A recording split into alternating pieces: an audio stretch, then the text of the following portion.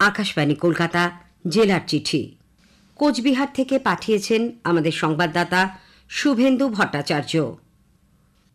নতুন বছরের শুরুর কয়েকদিন হাড় কাঁপানো শীত অনুভব করল কোচবিহার জেলার মানুষ। কোচবিহারে কোনো কোনো বছর শীতের দাপট বেশ লক্ষ্য করা যায়, তবে গত বছর সেইভাবে শীত না পড়লেও বছরের শুরুতে শীতের দাপট লক্ষ্য করেছে জেলাবাসী। শীত মানেই পিকনিক আর বেড়ানোর আনন্দ। কোচবিহার জেলা ও সংলগ্ন ডুয়ার্স এলাকায় ঘুরতে যান অনেকেই। কোচবিহারের রসিকবিল, গোসানিমারি প্রভৃতি জায়গায় 25শে ডিসেম্বর থেকে 1 জানুয়ারি পর্যন্ত পর্যটকদের ভিড় ছিল চোখে পড়ার মতো। এবছর 1 জানুয়ারি কোচবিহারের রসিকবিলে 15,000-এরও বেশি দর্শক সমাগম হয়েছে। গত 29শে ডিসেম্বর শেষ হল কোচবিহার জেলা বইমেলা। উদ্বোধন করেন রাজ্যের গ্রন্থাগার মন্ত্রী সিদ্দিকুল্লাহ চৌধুরী। উপস্থিত ছিলেন উত্তরবঙ্গ উন্নয়ন মন্ত্রী উদয়ন গুহ সহ বিশিষ্ট অতিথিবর্গ।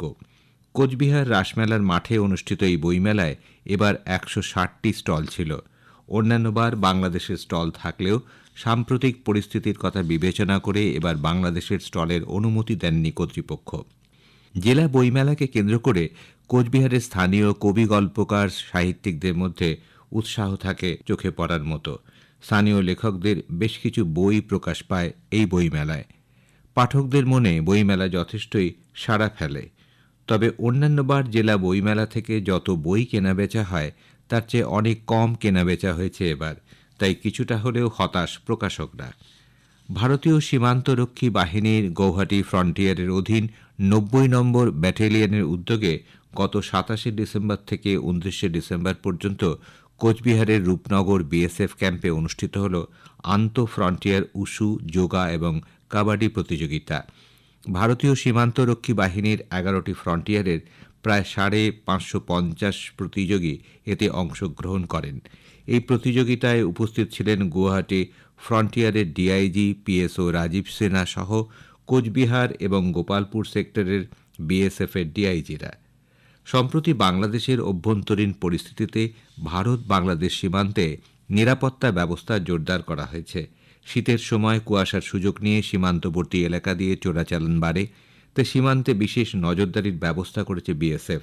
পাশাপাশি রাজ্য পুলিশের পক্ষ থেকেও সীমান্ত এলাকাগুলিতে বিশেষ নজরদারির ব্যবস্থা রয়েছে। সাম্প্রতিককালে সীমান্ত এলাকা থেকে প্রচুর পরিমাণে মাদকদ্রব্য উদ্ধার হয়। এছাড়াও পাচারের সময় উদ্ধার হয় প্রায় 90 লক্ষ টাকা মূল্যের আমেরিকান ডলার। কোচবিহারে পালিত হল কোচবিহারের শেষ রাজা মহারাজা জগদীপেন্দ্র নারায়ণের 109তম জন্মবার্ষিকী। গত 15 ডিসেম্বর যথাযোগ্য মর্যাদার সঙ্গে জেলার বিভিন্ন অংশে মহারাজাকে স্মরণ করা হয়।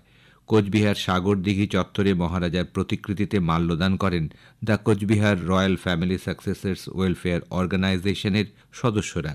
উত্তরবঙ্গ রাষ্ট্রীয় পরিবহন সংস্থার সদর দপ্তর পরিবহন ভবনে মাল্যদান করা হয়। এছাড়াও কোচবিহার জেলা ক্রীড়া সংস্থার উদ্যোগে মহারাজাকে স্মরণ করা হয়। মহারাজা জগদীপেন্দ্র নারায়ণ একসময় বাংলা রঞ্জি দলের অধিনায়ক ছিলেন। এছাড়া অন্যান্য খেলাতেও তার বিশেষ দক্ষতা ছিল। মহারাজের আমলে কোচবিহারে একাধিক হাসপাতাল, স্কুল ও কলেজ তৈরি হয়।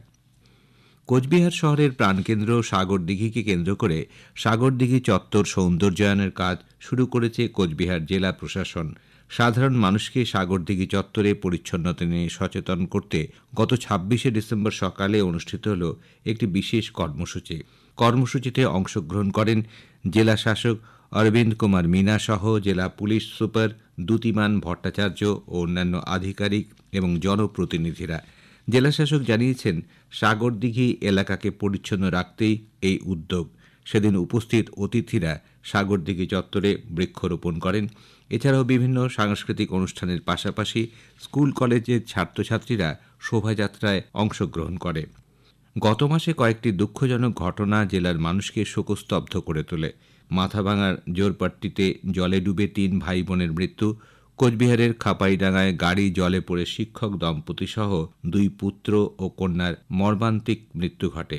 বছর শেষে এই সব ঘটনা সত্যি বেদনাদায়ক হয়ে ওঠে জেলার মানুষের কাছে। জেলার চিঠি শেষ হল। কোচবিহার থেকে পাঠিয়েছেন আমাদের সংবাদদাতা শুভেন্দু ভট্টাচার্য।